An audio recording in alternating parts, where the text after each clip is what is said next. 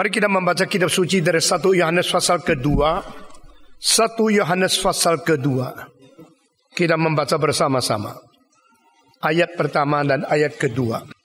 Anak-anakku, hal-hal ini kutuliskan kepadamu, supaya kamu jangan berbuat dosa. Namun jika seorang berbuat dosa, kita mempunyai seorang pengantara pada Bapa, yaitu Yesus Kristus yang adil.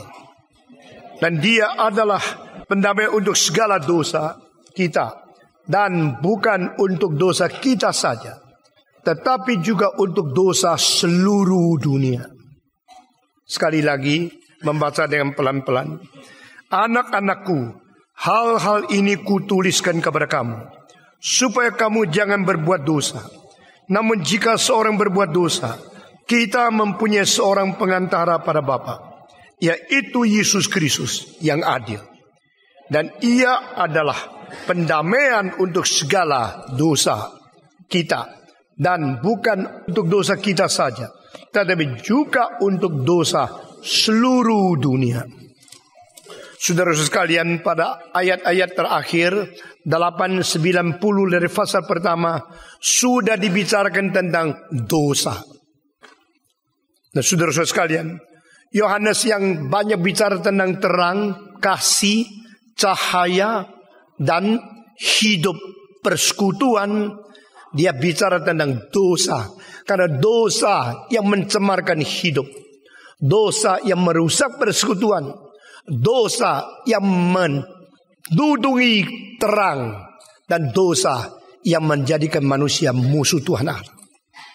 Di dalam ayat 8, 9, 10, jika, dan disambung di dalam ayat yang kedua di pasal kedua, jika yang keempat lagi. Saudara-saudara sekalian, bagaimana caranya Yohanes membicarakan tentang dosa? Dia tidak sebut dosa-dosa mendetail. Dia tidak merinci, tapi dia hanya menyebut satu kalimat, dosa, dosa. Jadi di sini yang dibicarakan bukan hal-hal yang kecil-kecil, tapi secara ketotalan seluruhnya yang disebut dosa. Saudara-saudara, sebagaimana saya pernah berbicara kepada saudara di dalam Roma pasal 1 sampai pasal 4, Paulus menulis tentang dosa-dosa. Dosa-dosa berarti macam-macam pelanggaran, macam-macam gejala kerusakan, macam-macam tindakan pertuturan yang salah, yang melawan Tuhan, yang merusak masyarakat, yang melanggar hukum, yang melawan hati nurani. Itu adalah dosa yang bersifat plural, yang banyak. Tadi sampai pada pasal ke-5, 6, 7, 8, Paulus merubah total, memakai istilah singular, membicara tentang dosa. Nah, di sini saya percaya kita perlu mengerti, kita perlu membedakan apakah sebabnya ada dosa yang dipakai istilahnya singular, ada dosa yang dipakai dengan bentuk plural. Yang banyak plural itu adalah merinci dosa-dosa pelanggaran, pertuturan pikiran, kelakuan, perbuatan, tindakan. Itu adalah dosa-dosa yang banyak. Tetapi yang disebut singular itu adalah semacam status, ada semacam kuasa, ada semacam perlengguan, ada semacam sifat dasar yang seluruhnya disebut dosa. Saudara-saudara sekalian, dengan demikian kita melihat, maka rasul-rasul mengetahui, membedakan hal-hal ini. Ini berbeda antara agama Kristen dan agama-agama yang lain.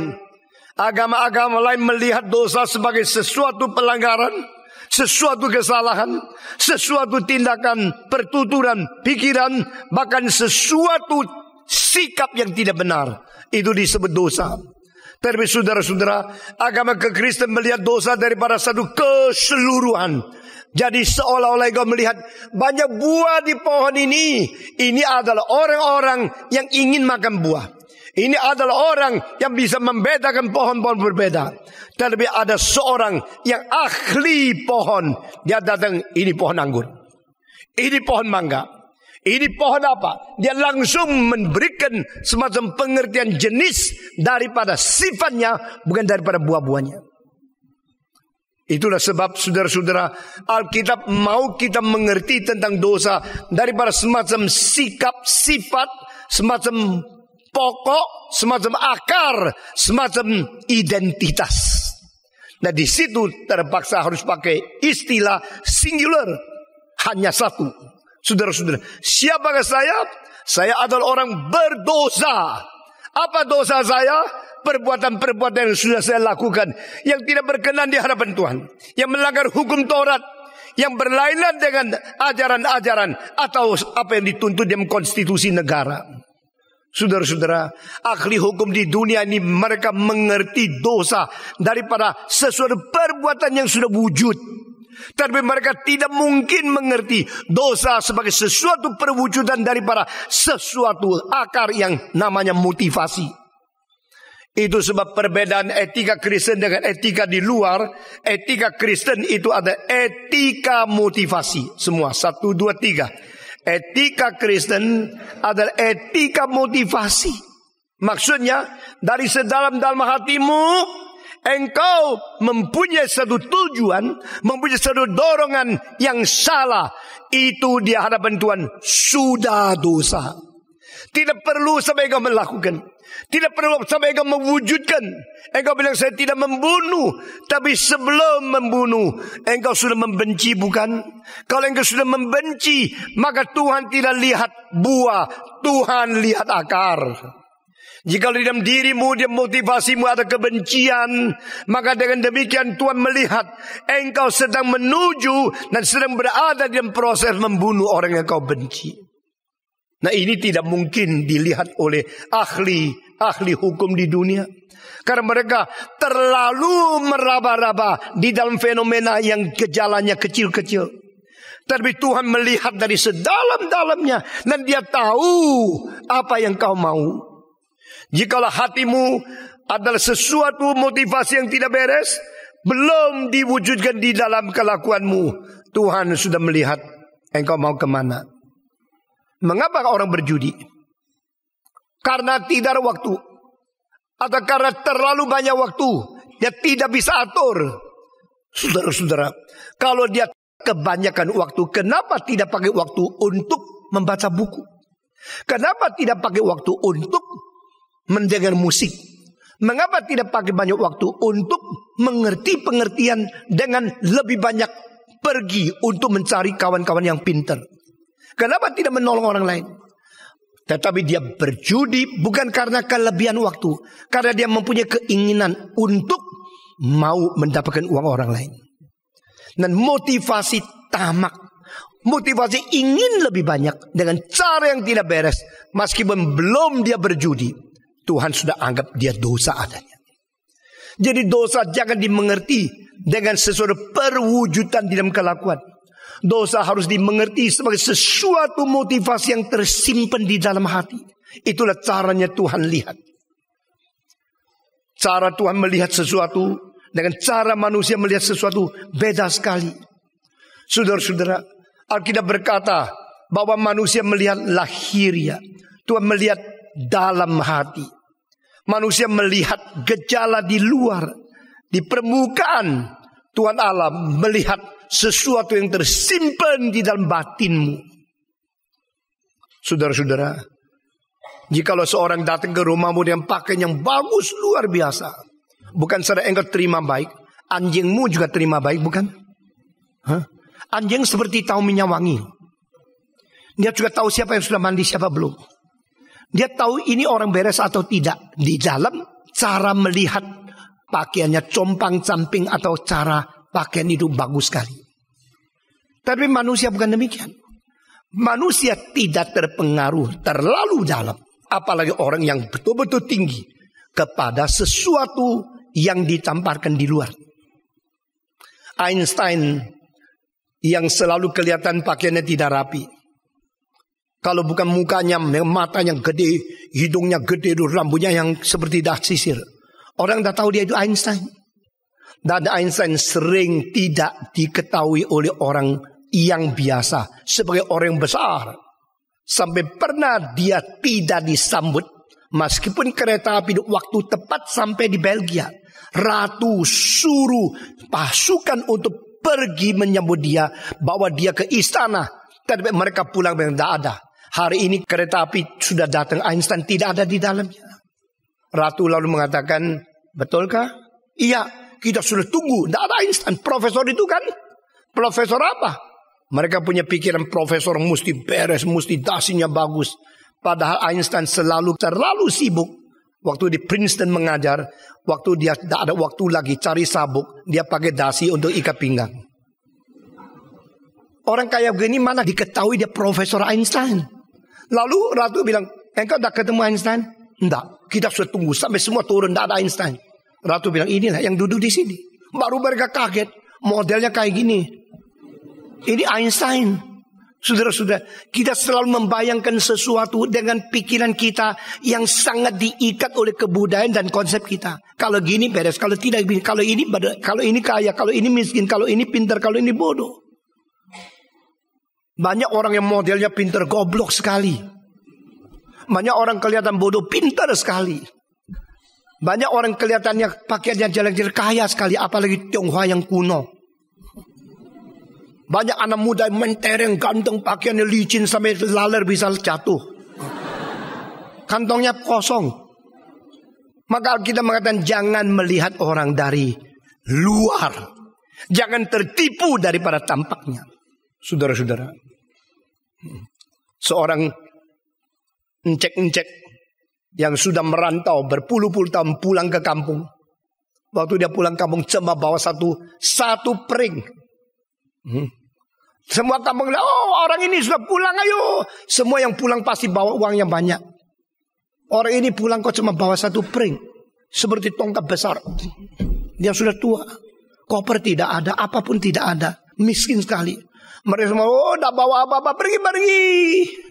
Seluruh kampung yang datang melihat dia, akhirnya tidak ada kereta di belakang, tidak ada koper yang mengikut, cuma bawa satu pring.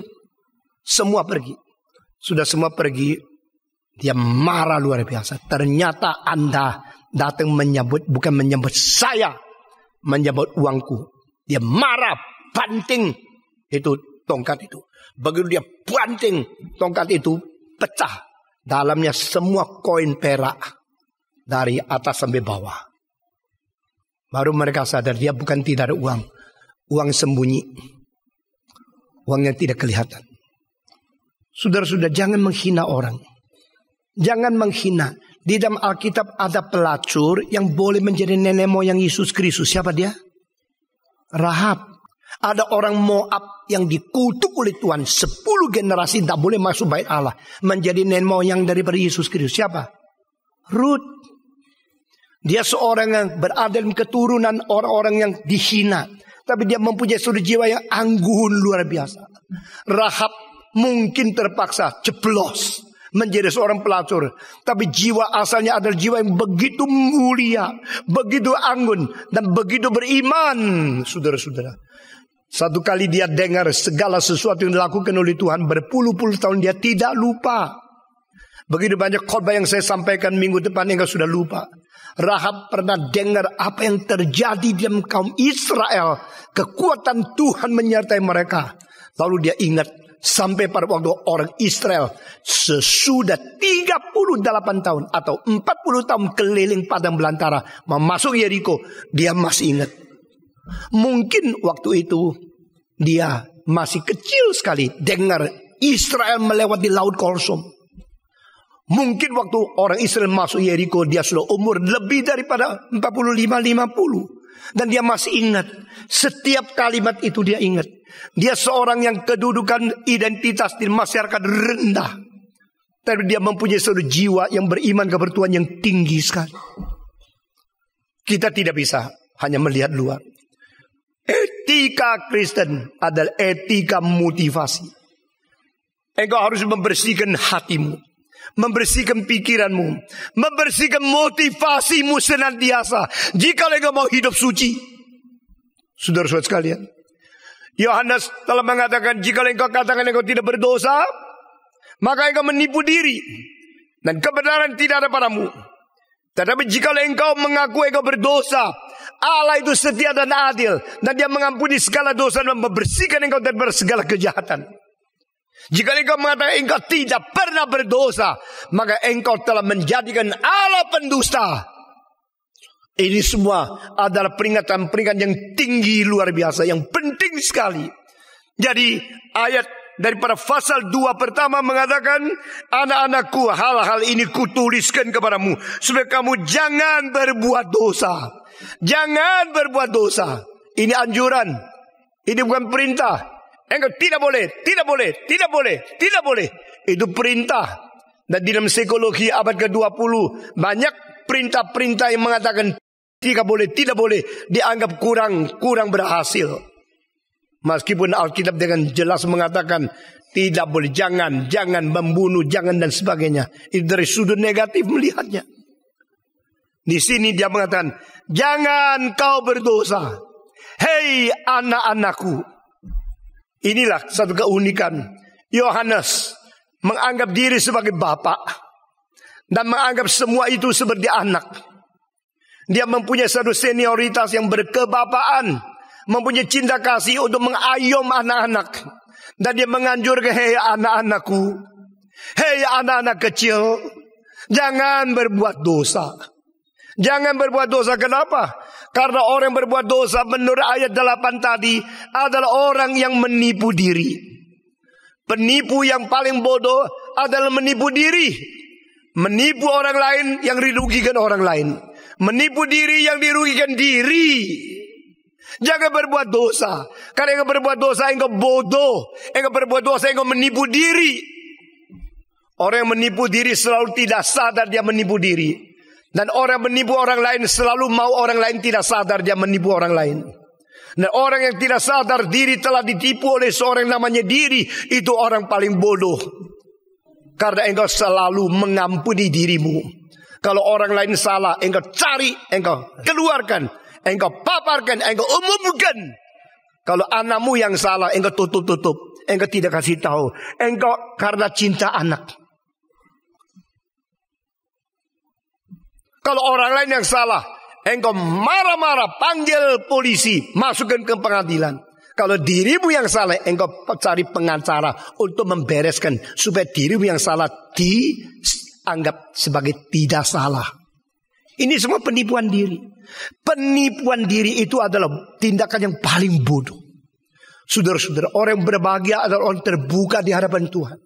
Sebagaimana engkau berkata kepada dokter, saya batuk. Apakah saya paru-paru sudah ada kanker? Coba kasih tahu dengan jujur. Saya tidak mau menipu. Saya tidak mau menutup. Saya mau sungguh-sungguh telanjang di hadapan dokter. Saya mau sungguh-sungguh terbuka segala keadaan fakta hidupku. Supaya saya boleh cepat mendapatkan kesembuhan. Kalau engkau ke dokter lalu engkau menyimpan segala gejala penyakit, engkau menipu diri. Nah, dengan demikian kita di hadapan Tuhan, engkau menutup-tutupi segala perbuatan dosa supaya tidak diketahui. Tak mungkin. Orang kalau berdosa menipu diri. Orang kalau berdosa kebenaran tidak ada pada hatinya. Orang yang hatinya tidak kebenaran, dia hidup apa? Dia paling miskin, bukan? Saudara-saudara, kekayaan yang kau bisa miliki di dalam dunia ini adalah di dalam dunia sementara engkau mengenal kebenaran yang kekal. Nah, itu kekayaan. The true wealth is the understanding of the truth.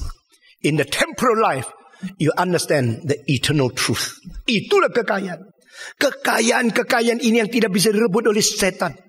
Kekayaan ini membuat engkau berubah dan hidup berlainan dengan orang lain. Kekayaan seperti ini yang membuat engkau stabil pada waktu dunia goncang. Engkau berarah pada waktu orang sesat. Kekayaan seperti ini bikin engkau mempunyai fondasi yang tidak mungkin dicabut dan dirobohkan oleh siapapun. Kebenaran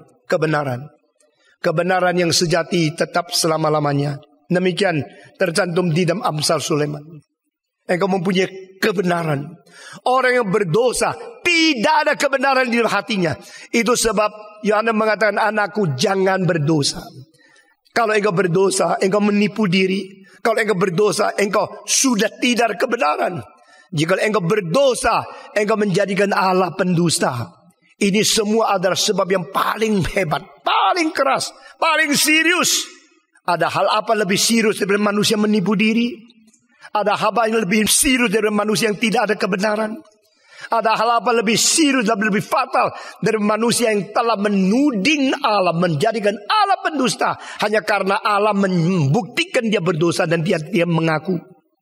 Kalau Allah mengatakan sesuatu engkau tidak mengaku, di dalam hal itu engkau sedang duel dengan Tuhan Allah. Satu contoh yang jelas sekali, Tuhan berkata kepada Petrus, malam ini sebelum ayam berkokok 2 kali, engkau akan menyangkal aku 3 kali. Oh, tidak mungkin. Di dalam hal ini, saudara-saudara, 2 statement. Satu statement, you are going to do it. Satu statement, I'm not going to do it. Jadi yang mana yang benar? Menurut Petrus, saya tidak akan jalankan. Tidak mungkin aku menyangkal engkau. Aku begitu setia kepada engkau. Semua tahu. Semua tahu saya pimpinan daripada rasul-rasul. Semua tahu saya paling setia dan paling ngotot, paling sungguh-sungguh. Demi mengikuti engkau, saya membuang kapalku. Saya menjual usahaku. Demi menjadi muridmu, saya meninggalkan Galilea. Saudara-saudara, menurut Alkitab, Petrus seorang yang penting di Galilea. Sehingga dia adalah satu-satu orang yang boleh membawa Petrus masuk ke dalam Yerusalem. Dia seperti sudah diangkat menjadi pimpinan yang dipercaya oleh Romawi untuk menguasai sekelompok orang di bawah kekuatan dia yang boleh bawa Petrus. Kalau engkau tidak dipercaya, jangan biar bawa Petrus. Bawa gunting kuku masuk airport aja tidak boleh. Engkau bawa satu obeng kecil. Kadang saya bawa obeng kecil karena apa? Kacamata kalau skrupnya loss, saya perlu bikin sendiri. Tidak boleh. Tapi Petrus boleh membawa Petrus masuk kota Yerusalem. Apalagi pada waktu Yesus mau disalibkan, saat paling tegang, dia dipercaya karena dia orang yang penting. Petrus itu mungkin kepala di koperasi perikanan Galilea yang paling mahal. Dan ternyata di seluruh kerajaan Romawi, ikan yang paling baik itu ikan dari Galilea. Yang paling doyan dimakan oleh kaisar. Dari Galilea dibawa dengan bungkusan. Kalau ada es musim dingin, kalau tidak ada, mereka dengan cara secepat mungkin ke Kaisaria. Dari situ naik kapal dikirim ke Romawi. Karena kaisar-kaisar suka makanan ikan daripada Galilea. Meskipun tidak sesegar di Galilea makannya, tapi ikannya mahal. Dan Petrus mungkin orang penting. Dia menyerahkan diri mengikuti Yesus Kristus. Dan dia mengatakan, jangan menghina saya dong. Lu kira gua mau jual kamu ya? Lu kira saya akan menyangkal kamu? Tidak mungkin.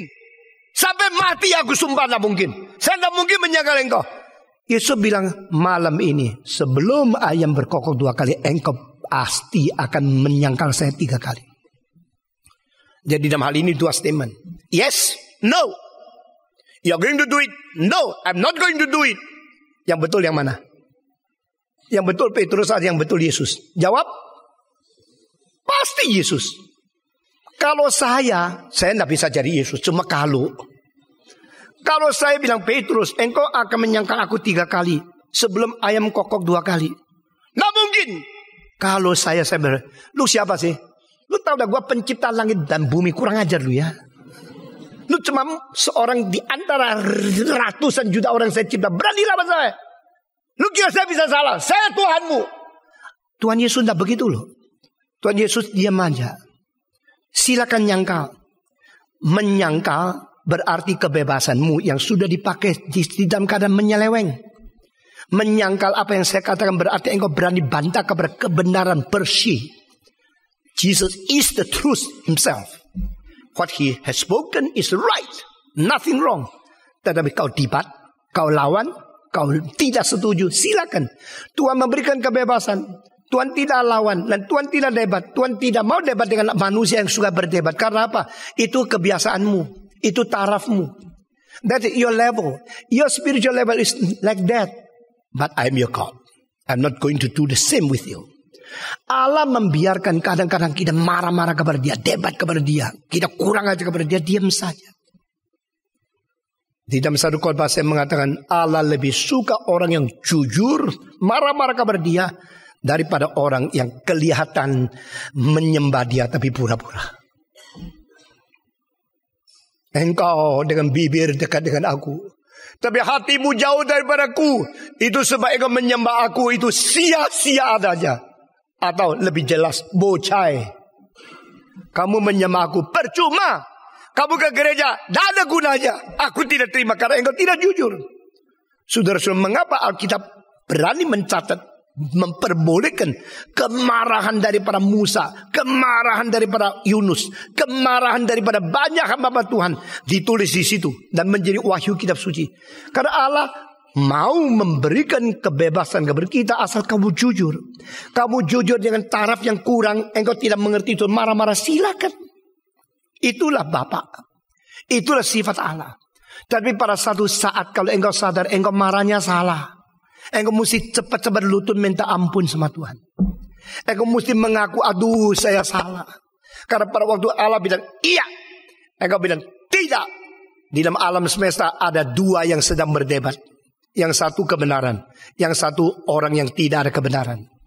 Dan orang yang tidak ada kebenaran selalu menganggap diri benar. Waktu debat dia mengkeraskan suara makin keras. Dia kira suara di mana keras, di situ kebenaran lari kepadanya. Saudara, kalau orang dua berdebat gini, tidak, pokoknya jangan bicara lagi, makin keras. Itu maksudnya apa? Maksudnya, gua keras kebenaran di sini.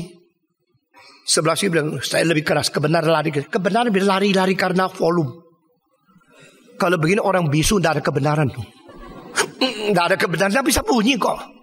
Kalau begini orang marahnya pakai loudspeaker paling keras. Saudara-saudara, kadang-kadang kita yang di atasan, saya yang menjadi pendeta, yang menjadi ketua, you yang menjadi bos. Karena kedudukanmu engkau biasa pakai suara keras. Tapi jangan kira yang di bawah itu tidak ada kebenaran. Jangan kira pegawai yang paling rendah tidak ada kebenaran. Hanya karena dia teriak kepada bos, bos berani teriak kepada dia. Itu status masyarakat membuat engkau memakai suara volume besar. Hal yang kecil jangan pakai suara keras. Hal yang penting jangan suara kecil. Apalagi mendidik anak-anak. Ibu-ibu yang suara keras untuk hal yang kecil bikin kacau penilaian daripada value sistem di dalam pikiran anak-anak. Yang kecil teriak tidak keras. Wah, ini pasti penting sekali. Makanya mama marah sampai keras begini. Yang dimarahin apa? Jangan terlalu banyak pakai kecap. Akhirnya dia pikir itu paling penting. Lebih penting daripada dengar khotbah, lebih penting daripada pengertian, lebih penting daripada. Ada suara anak sampai pintar. Pintar. Betul-betul pintar. Pintar. Pintar apa? Pintar makan. Karena sebenarnya dia kurang bisa makan. Jadi mamanya tekan makan. Jadi menurut konsep dia seluruh dunia paling penting makan. Kalau dia bisa makan dia orang pintar. Karena apa? Salah penilaian. Salah penilaian karena apa? Karena salah volume. Volume apa? Volume suara. Nah, saudara-saudara sekalian, demikianlah. Kalau kita tanggap Allah itu salah, saya yang benar di dalam berbuat dosa, engkau telah menjadikan Allah itu pendusta. Ini adalah yang paling fatal karena ini mengfitnah kepada yang terbesar.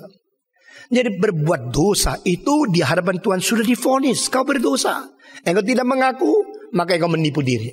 Engkau tidak mengaku, tidak kebenaran di hatimu. Engkau tidak mengaku, engkau menjadikan Allah pendusta. Engkau mengfitnah penciptamu.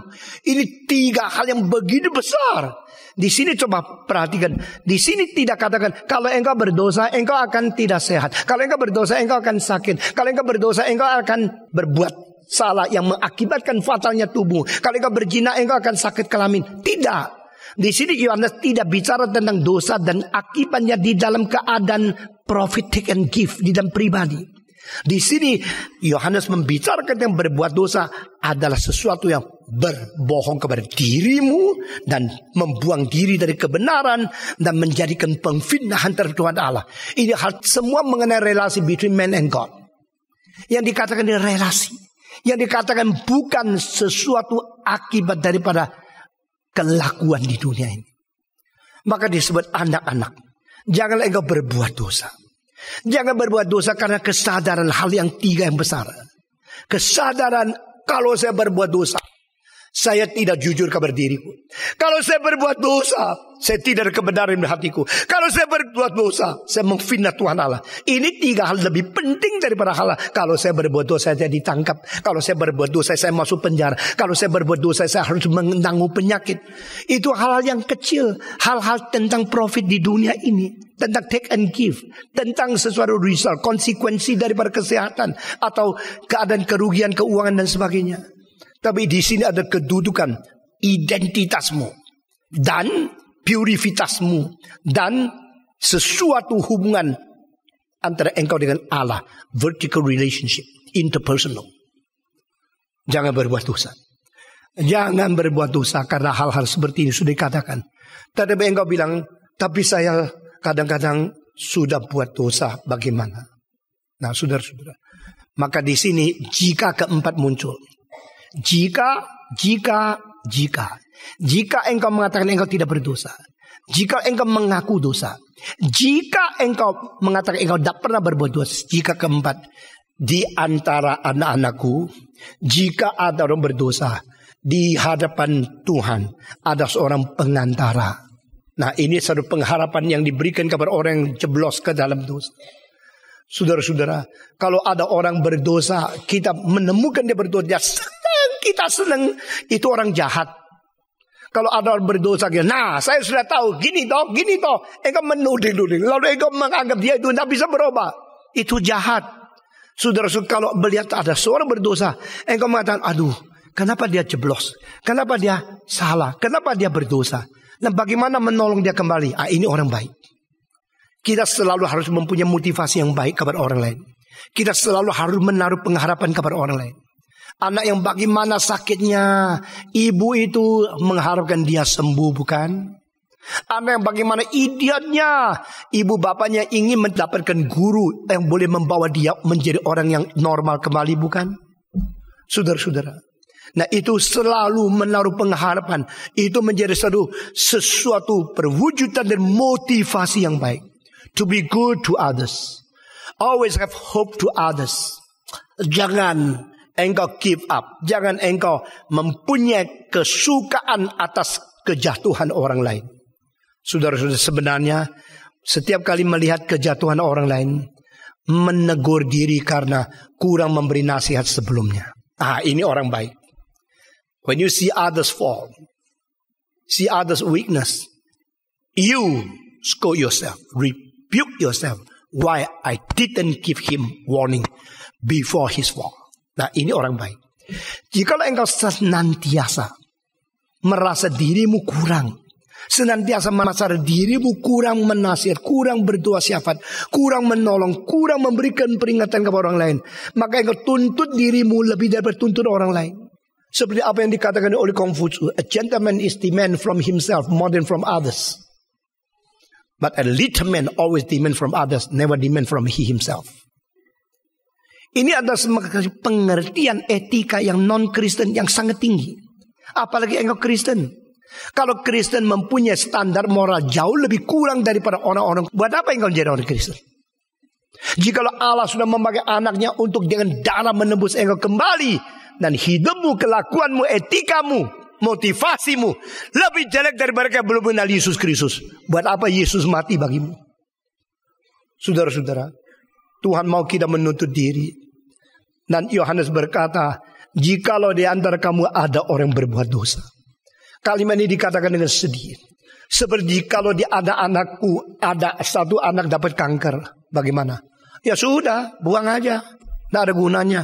Kalau taruh di rumah yang lain dapat kanker, dibunuh aja sudah.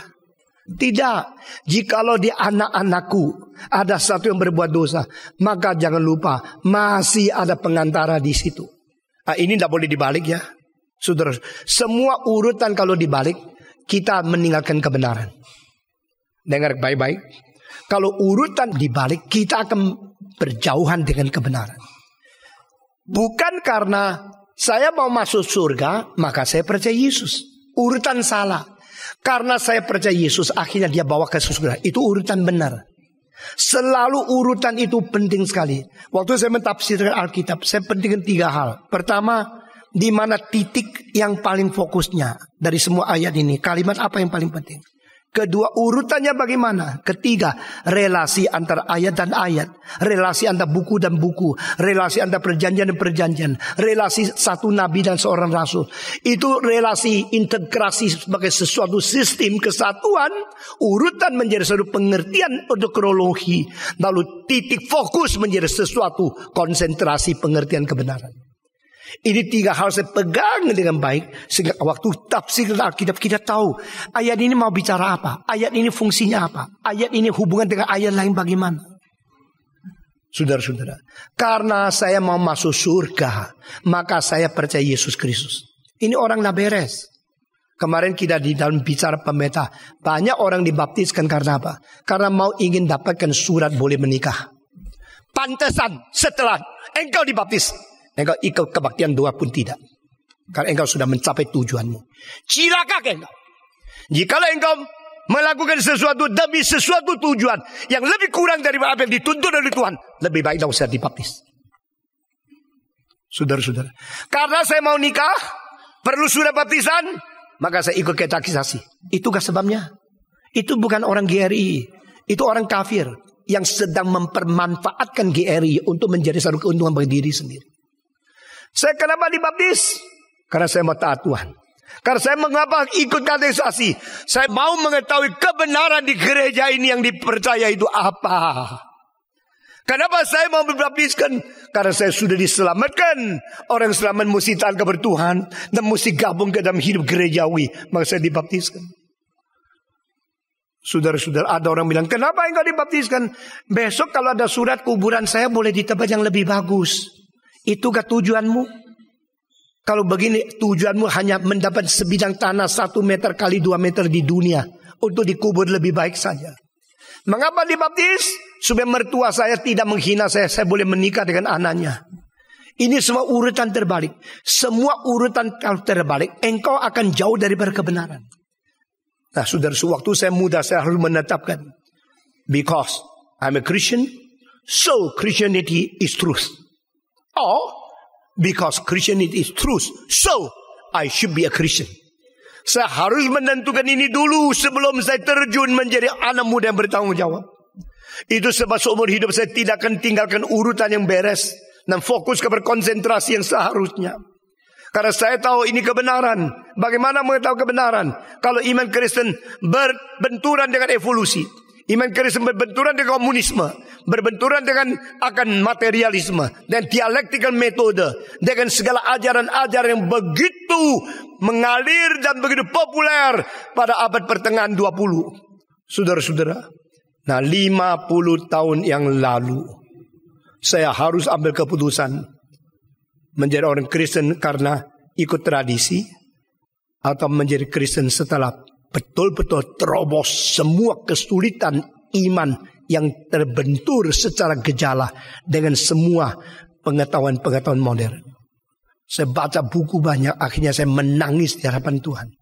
Karena ini kebenaran, maka saya menjadi Kristen. Kalau Kristen adalah kebenaran, dan saya harus menjadi orang Kristen, saya akan membela kebenaran dan setuju dengan kebenaran dan berjalan dengan kebenaran seumur hidup. Jikalau engkau mempunyai kepercayaan ini kebenaran, ini bukan kebenaran, dan engkau karena takut mengkompromikan kebenaran, engkau bukan berjiwa Kristen. Saudara-saudara sekalian, itu sebab kita kalau di dalam hal berkompromi, kita sudah berdosa, tidak sadar. Tetapi kita tidak perlu ancam, tidak perlu marah, tidak perlu mengejek, menghina. Kita mengatakan ini bukan keyakinanku. Kita mengatakan dan jelas dengan bertanggung jawab. Lalu kalau mau kita mau diskusi, silakan. Saudara-saudara, terlalu banyak air mata yang saya harus ngalirkan di dalam zaman ini. Sebab kurang darah saya untuk harus mengalir atau mati syahid. Tetapi kebenaran adalah kebenaran. Saudara-saudara sekalian, jikalau antara anak-anakku ada yang berbuat dosa, bagaimana? Di Bapa, di surga, kita masih mempunyai pengantara. Oh, Yohanes betul-betul Rasul kasih. Dia bilang jangan berdosa, jangan berdosa. Jikalau berdosa ini. Tetapi jikalau masih ada berdosa, bagaimana? Di hadapan Bapa ada seorang pengantara. There is a mediator. The only mediator between God and man is Jesus Christ. No other. The only one mediator. Saya sudah berkali-kali dari mimbar mengatakan di dalam konsep Konghucu tidak ada mediator. Di dalam ajaran Konghucu tidak ada pengantara. Konghucu mengatakan, if you sin against heaven, there's no one to pray for you. Nothing to pray, to make intercession for you. 或罪于天，无所祷也. Kalau bersalah kepada langit, tidak ada yang bisa didoakan. Tidak ada yang bisa membantu engkau berdoa. Kalau engkau salah kepada presiden, maka mungkin kenalanmu wakil presiden bisa sampai ke kantor dia minta maaf. Dia minta maaf, dia minta petisi supaya engkau tidak dihukum. Karena apa? Karena dia membela engkau, dia mengenal dan dia menjadi pengantara. Tapi Konghucu mengatakan tidak. Kalau bersalah kepada manusia mungkin, bersalah kepada raja mungkin, bersalah kepada langit tidak ada. Jadi dalam konsep Konghucu tidak ada pengantara. Di dalam konsep dan agama lain tidak ada mediator di tengah Allah dan manusia, hanya Alkitab. Kenapa engkau menjadi orang Kristen? Karena pacarku di gereja. Kenapa menjadi orang Kristen? Karena bosku suruh saya datang. Kenapa menjadi orang Kristen? Kristen lebih hemat, tak usah show you terus kotor banget. Kenapa dia menjadi Kristen? Menjadi Kristen kemana-mana itu banyak kawannya.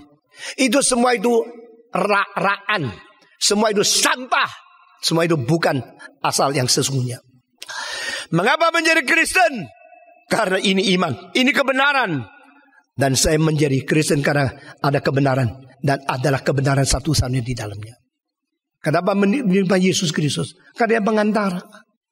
Between God and man there is only one mediator. And he was Jesus Christ who became man. Dia adalah Allah menjadi manusia. Maka di sini ayat yang mengatakan, jikalau ada orang berbuat dosa, maka adalah Yesus Kristus yang adil menjadi pengantara. Mengapa sekali lagi disebut adil? Istilah di kayu sune, istilah adil ini bukan sering dipakai oleh Yohanes. Ini kebanyakan dipakai oleh Paulus. Karena apa? Paulus itu mempunyai pendidikan lain sama Petrus. Petrus itu dari kecil di dalam sinagoge atau di rumah sembahyang, the prayer house, dari orang Yahudi. Sejak umur 5 dia dibesarkan. Dan menurut seorang bernama Clarence Benson, orang Yahudi membuang waktu untuk mendidik agama kepada anak jauh lebih banyak daripada orang Katolik. Dan orang Katolik mendidik anak dengan jam-jam agama jauh lebih banyak daripada orang Protestan. Orang Protestan memakai waktu mendidik anak-anak dengan agama jauh lebih banyak daripada orang-orang Pentakosta. Saudara-saudara sekalian, kalau ada ajaran agama setiap minggu 1 jam di sekolah Kristen, maka 1 minggu 1 jam, 1 tahun paling banyak 40 jam. Karena ada banyak liburnya tidak hidup. Maka perlu vacation Sunday School, vacation Bible School. Tetapi kalau orang-orang Katolik akan jauh lebih banyak. Nah, ada gereja yang katekisasinya itu 1 tahun, ada yang 1,5 tahun, ada yang cuma 16 kali seperti di sini. Dan itu pun dicuri-curi waktunya. Dan itu pun dipakai alasan. Karena sebenarnya saya datang bukan mau Kristen, mau nikah. Maka saya perlu surat itu. Ini cilaka luar biasa. Saudara-saudara, Clarence Benson mengatakan orang Yahudi paling sedikit 1 tahun 256 jam untuk mendidik mereka agama. Itu sebab pada waktu orang Yahudi mendapatkan bencana bagaimana besarnya. Mereka bagaimana dibunuh oleh Hitler, 6.500.000 orang dibunuh secara tidak adil. Mereka tidak meninggalkan agama mereka. Orang Yahudi tetap percaya kepada Yehova. Bagaimana susah datang kepada Tuhan. Tapi orang-orang yang prosperity theology, begitu tidak dapat lotre makin maki di Yesus, maki-maki Yesus. Tidak mendapatkan kekayaan, langsung tinggalkan gereja. Karena apa? Mereka datang karena ditipu kemakmuran.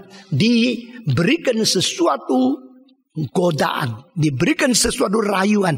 Kalau percaya Tuhan bisa jadi kaya. Orang Yahudi tidak. Mereka mempercaya Allah menciptakan langit bumi. Dan mereka tahu Yahudi itu kecil bangsanya. Mereka tahu kalau dibunuh sampai mati pun mereka tetap beriman kepada Tuhan. Tidak digoncangkan. Saudara-saudara sekalian, dengan demikian kita melihat agama-agama mempunyai kepercayaan yang sistemnya berbeda-beda. Tetapi di dalam Kristus kita mendapatkan sesuatu pengharapan. Dia yang membereskan dosa kita. Dia satu-satunya pengantara. Saudara-saudara, jikalau di antara engkau ada yang berdosa, maka di hadapan Tuhan ada satu pengantara. Perhatikan di sini, kalimat ini bukan ditulis kepada orang bukan Kristen. Kalimat ini ditulis kepada orang Kristen. Berarti orang Kristen yang sudah diselamatkan pun masih mungkin berbuat dosa. Orang Kristen yang sudah diperanakan pula, sudah menjadi orang Kristen yang sudah hidup baru, yang sudah didapatkan hidup kekal dari Tuhan, masih mungkin berbuat dosa. Lalu pertanyaan adalah, orang Kristen berbuat dosa sama orang tidak Kristen berbuat dosa, apa bedanya? Orang yang bukan Kristen kalau berbuat dosa, orang Kristen juga berbuat dosa, apa bedanya? Saudara-saudara, bedanya adalah orang yang tidak diselamatkan kalau berbuat dosa, mereka berbuat dosa secara rutinitas. Mereka berbuat dosa secara tidak sadar hubungan dengan Allah. Mereka berbuat dosa secara tidak ada teguran hati nurani yang paling tajam karena belum digerakkan oleh Roh Kudus. Tetapi beda. Orang yang tidak Kristen berbuat dosa, dia akan menikmati dosanya. Tadi pagi saya merenungkan satu hal. Kalau waktu kita dipuji, kita kadang-kadang langsung lupa diri dan merebut kemuliaan Tuhan Allah. Misalnya, kalau orang tua masih bisa jalan sehat. Waktu om sehat ya, om sudah umur 80 masih sehat seperti ini.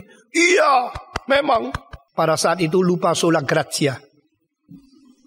Ya, memang om jaga badan.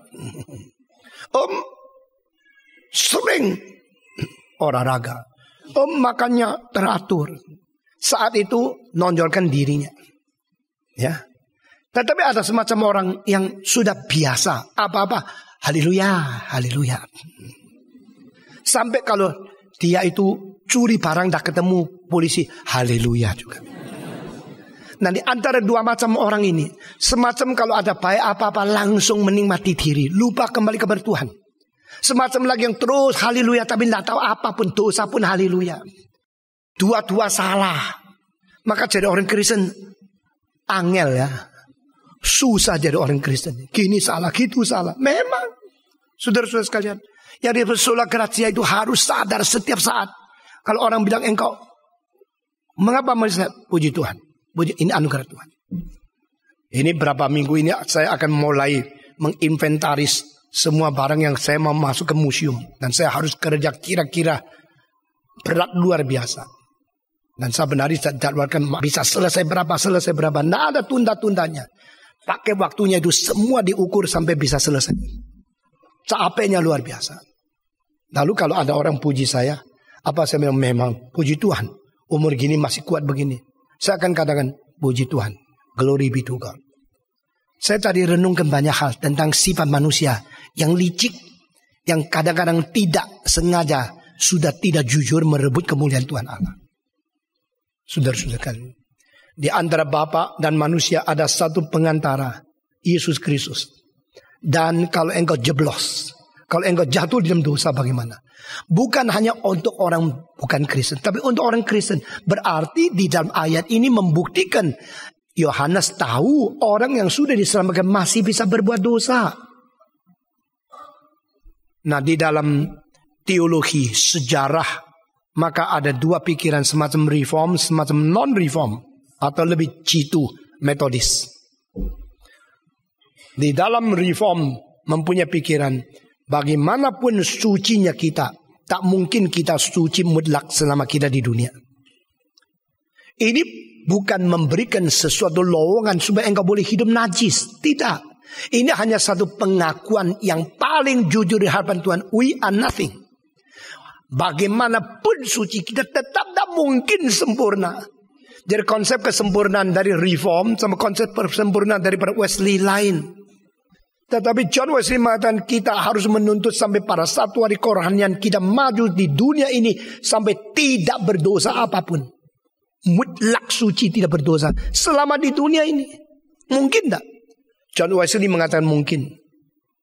Tetapi Reform mengatakan tidak. Nah saudara, kalau masuk gereja Reform bukan karena suka dengar khotbah yang enak-enak. Beda kenapa itu Reform? Kenapa Reform? Nah semua kalimat yang menjadi kepercayaan Reform harus dipertanggungjawabkan. Bukan saja oleh pendeta, tapi oleh setiap orang pendengar. Setiap orang menjadi anggota. Sekarang saya tanya, menjadi orang Kristen di dunia ini mungkin mencapai sampai tidak berdosa lagi sama sekali, mutlak suci? Mungkin tidak. Engkau lebih suka jawab tidak, karena engkau sering dosa. Begitu. Engkau lebih baik jawab tidak, karena engkau sedang masih siap-siap berdosa lagi.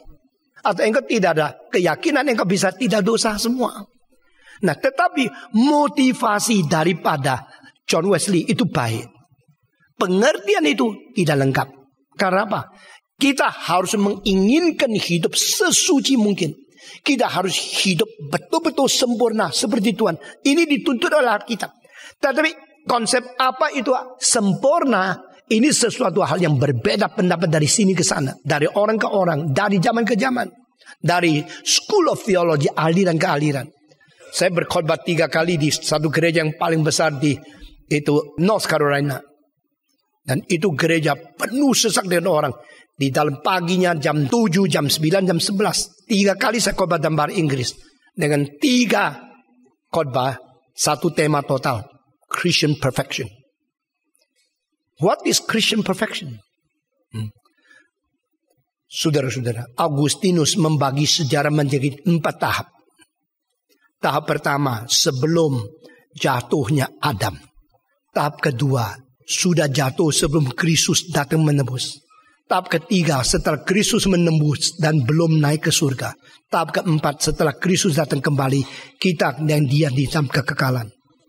Karena hanya 3 kali kebaktian, maka saya khotbah 3 kali. Yang keempat saya khotbah di Dayton, di provinsi yang lain. Nah ini adalah satu seri akhirnya dikejar-kejar oleh universitas di barat. Apa yang dikhotbahkan Stephen Tong mengenai perfection kita mau tahu. Saudara-saudara sekalian, John Wesley mengatakan kita harus tuntut dan kita mungkin capek hidup mutlak suci di dunia ini sehingga menjadi sempurna. Reform Theology mengatakan itu tidak mungkin. Dan Reform Theology jauh lebih dulu daripada John Wesley 200 lebih tahun. Yaitu kenapa tidak mungkin? Kalau engkau sudah suci mutlak di hadapan Tuhan Allah, pasti masih ada hal-hal yang kurang suci yang engkau belum sadar. Nah di situ lihat daripada kedaulatan Allah, bukan lihat daripada penilaian dirimu sendiri. Secara motivasi mau hidup sesempurna mungkin itu baik. Secara fakta hanya Tuhan mengetahui masih ada dosa-dosa tersembunyi yang engkau tidak sadar. Engkau secara tidak sadar telah berbuat salah, tapi engkau tidak tahu. Secara motivasi engkau tidak bersalah apa-apa. Tapi di hadapan Tuhan dia tahu engkau ada sesuatu yang kurang beres. Tapi engkau tidak sadar karena apa? Karena sampai taraf you di sini engkau hanya bisa melihat ini. Sampai engkau lebih tinggi lagi baru engkau lihat, oh dulu salah. Saudara pernah enggak mempunyai penilaian kepada waktu-waktu yang lampau, rasa dulu bodoh, dulu salah? Pernah enggak? Pernah enggak? Enggak pernah. Jadi dari dulu pintar sampai sekarang. Engkau sudah lewat 2006, aduh 2005 saya kerja itu salah. Kalau boleh balik, kalau boleh kembali saya tidak akan ngomong itu, kalimat itu, atau tidak akan kerja itu. Kenapa saya ngomong itu bodoh banget? Tapi waktu itu engkau rasa diri pintar kan? Bagaimana 2007 melihat 2006 mungkin salah lagi bukan? Berarti kita selalu mungkin salah tapi selalu tidak sadar. Tetapi waktu engkau sadar saya semua betul, di hadapan Tuhan bilang, no, you don't know, but I know more than you. Pada waktu Tuhan melihat jauh lebih daripada kita, berarti kesempurnaan itu dinilai daripada kesempurnaan Allah sebagai standar, bukan dinilai daripada level kita yang kurang sempurna sebagai standar. Pasti saya setuju Reform Theology, bukan Wesley.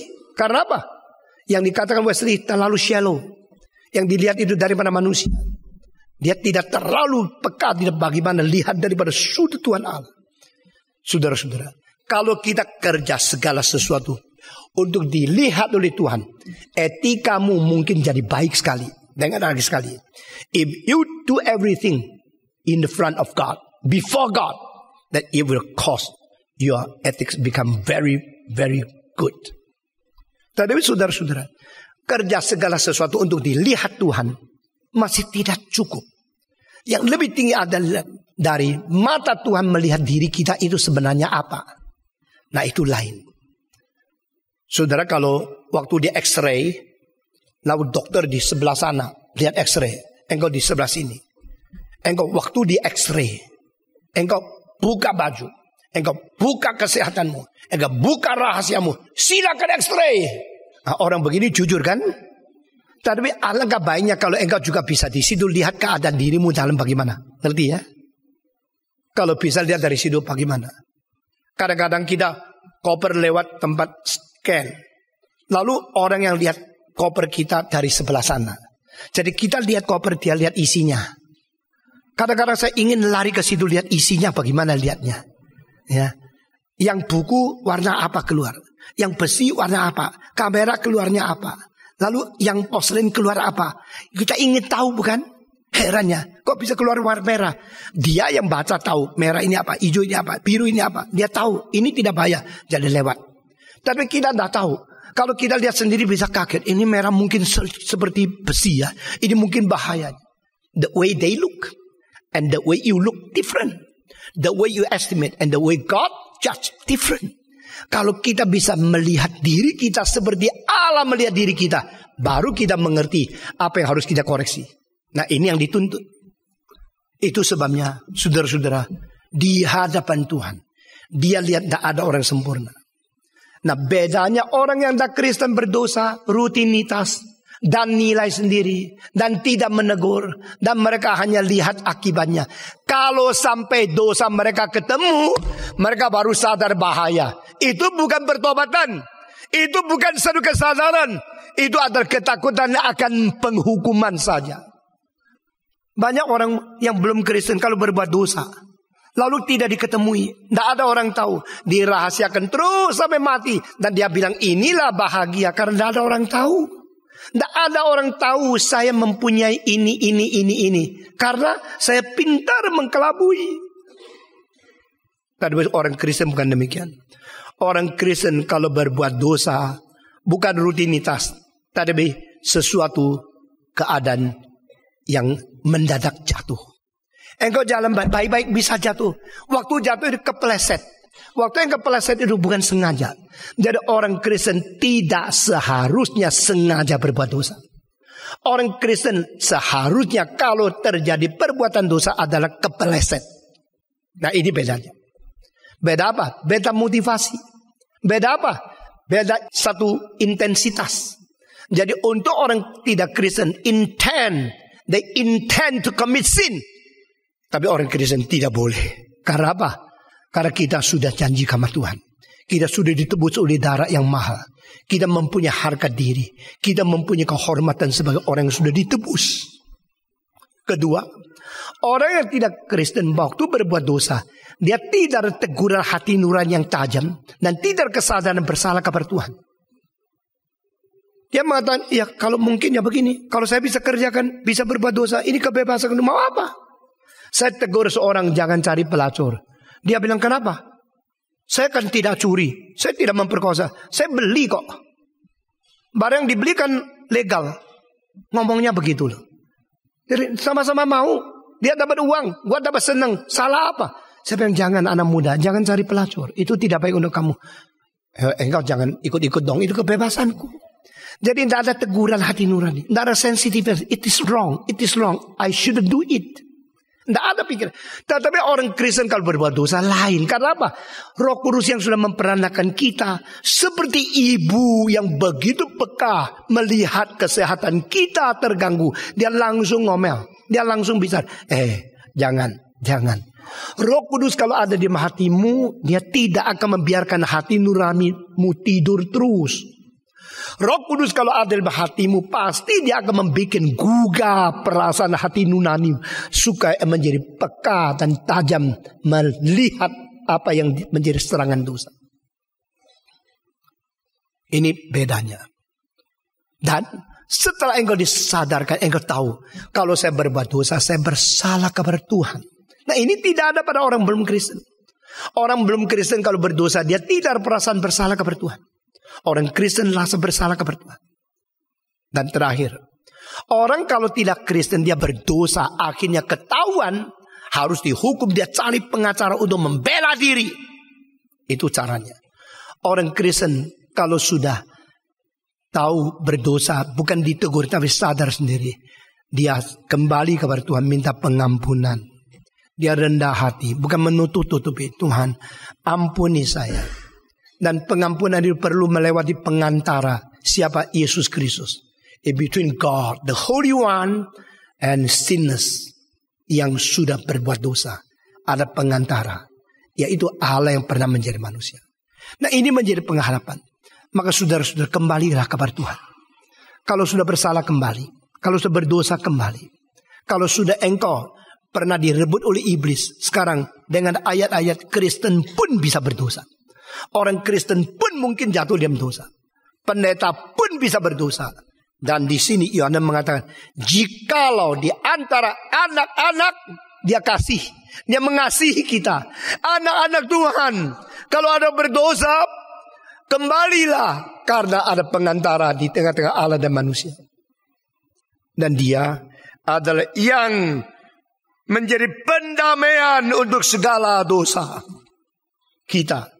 Bukan untuk dosa kita saja, tetapi juga untuk dosa seluruh dunia.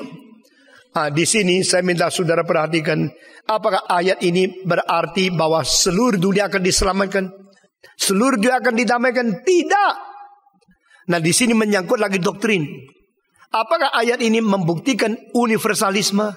Apa membuktikan semua orang akan otomatis diselamatkan oleh Tuhan? Tidak. Di sini dikatakan adalah pengantara. Pengantara itu dimiliki oleh orang yang sudah mau datang kepada Tuhan dan diampuni oleh Yesus Kristus karena janjinya. Pengantara itu menyangkut orang-orang bukan di luar tapi di dalam Kristus yang sudah menjadi anak-anak.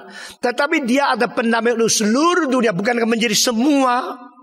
Istilah semua di Alkitab berkali-kali dipakai dengan konotasi yang harus berbeda-beda. Pada waktu Alkitab mengatakan semua orang berdosa, kalimat ini harus dimengerti, tidak ada yang terkecuali. Pada waktu Paulus mengatakan semua berdosa, berarti tidak ada satu manusia pun yang pernah dilahirkan di dalam dunia kecuali Kristus yang tidak berdosa. Itu semua berarti semua. Tapi pada waktu Alkitab mengatakan pada waktu Kaisar Augustus semua orang disuruh kembali ke kampung sendiri untuk mendaftar ulang. Di situ semua bukan untuk seluruh dunia. Di situ semua adalah untuk orang-orang di bawah pemerintahan Kaisar saja. Ya. Pada waktu Alkitab mengatakan seluruh dunia atau Allah mengasihi dunia sehingga dikaruniakan anak yang tunggal itu kepada dia. Maka ini istilah mengasihi seluruh dunia bukan berarti semua diselamatkan, tapi hanya mereka yang percaya kepada dia. Jangan binasa, melainkan beroleh hidup yang kekal. Jadi istilah all. Bagaimana dengan ayat di sini? Allah mau semua diselamatkan, tidak mau satu yang binasa. Maka Allah mau semua diselamatkan, berarti seluruh dunia, semua orang Tuhan mau dia diselamatkan. Kalau demikian, ada sesuatu benturan logika yang harus kita selesaikan. Kalau begini, akhirnya tidak semua diselamatkan, berarti kemauan Allah itu tidak sukses. Kehendak Allah itu tidak tercapai. Rencana Allah tidak mungkin juga terwujud. Kalau begini Allah tidak maha kuasa.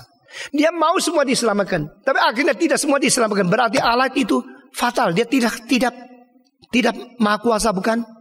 Saudara-saudara, adakah keinginan Allah yang tidak terwujud? Adakah rencana Allah yang akhirnya tidak terjadi? Adakah sesuatu yang Allah inginkan akhirnya tidak bisa jadi karena dia tidak ada kekuatan cukup? Orang Arminian mengatakan dia tidak jadi karena apa? Karena dia memberikan kebebasan kepada manusia, tidak mau percaya dia, ya sudah. Itu tetap adalah Allah yang mau. Jadi dia ingin diselamatkan semua orang, tapi akhirnya tidak semua diselamatkan. Maka Allah bohwat. Allah tidak berdaya. Ini caranya menjelaskan Alkitab. tidak beres. Saudara-saudara, Alkitab dengan jelas berkata kepada kita, kedaulatan Allah akan menggenapi segala yang Dia inginkan.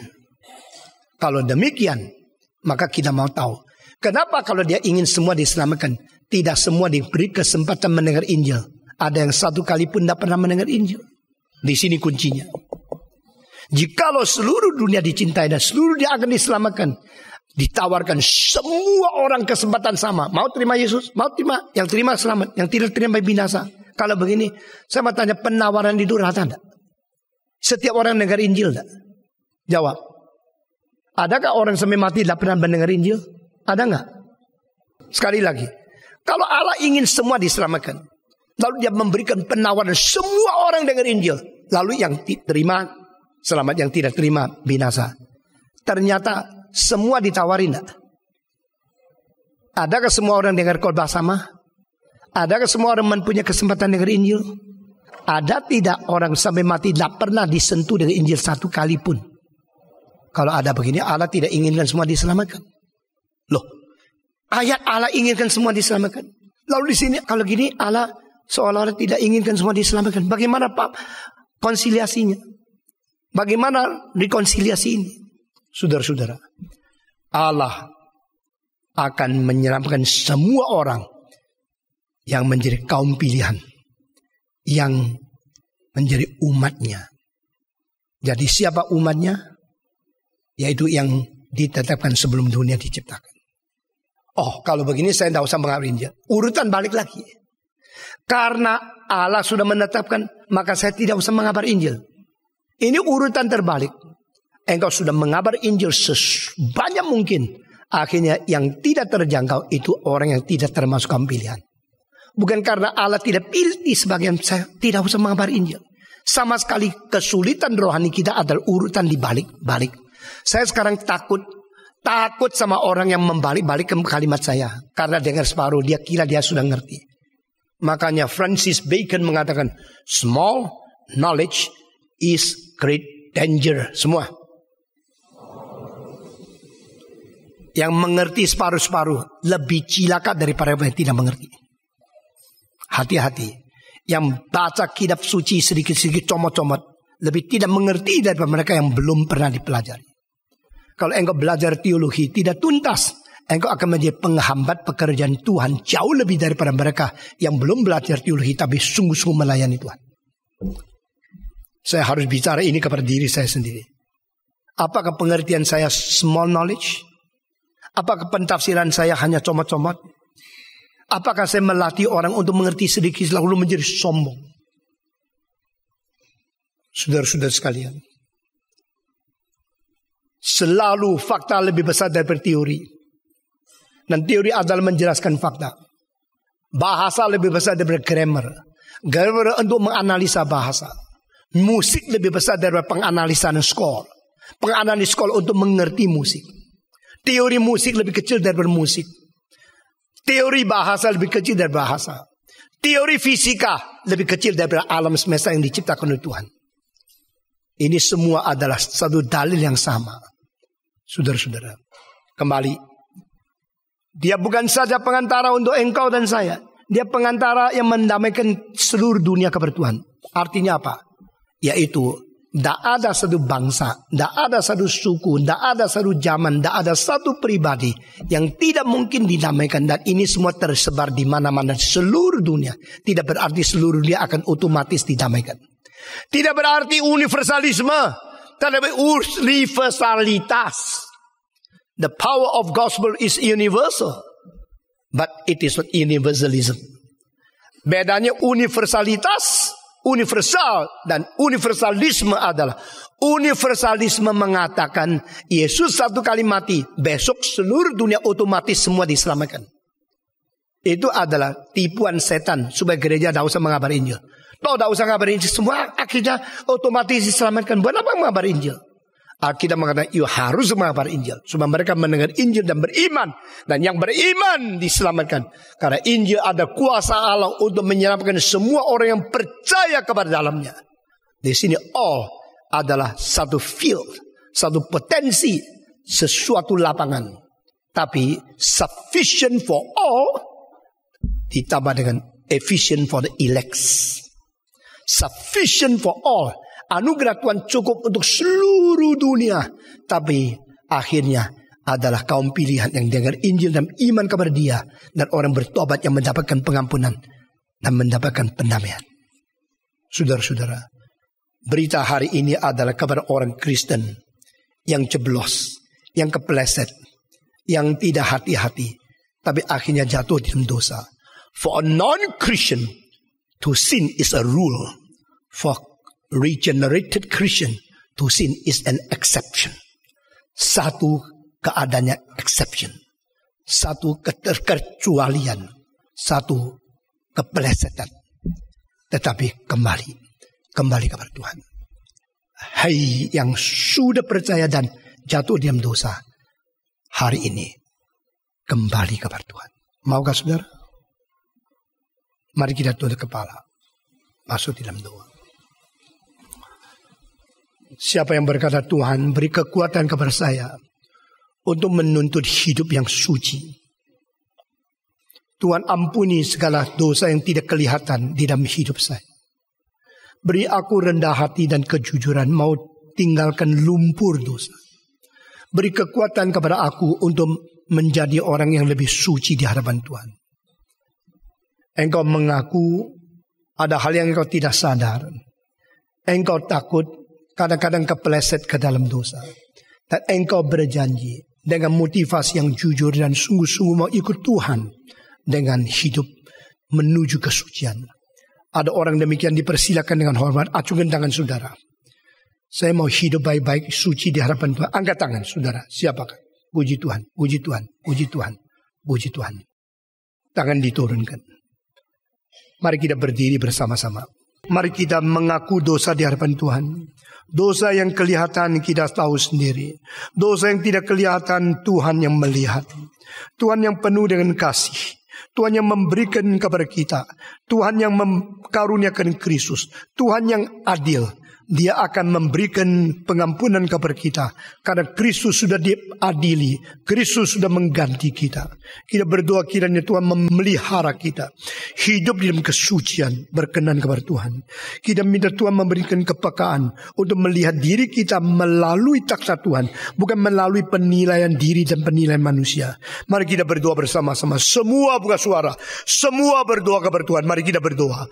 Bapa di dalam surga, kami berterima kasih untuk hidup yang sudah Tuhan garap, Tuhan tolong, Tuhan ampuni, dan Tuhan perbarui, dan Tuhan berikan ke suatu pengharapan.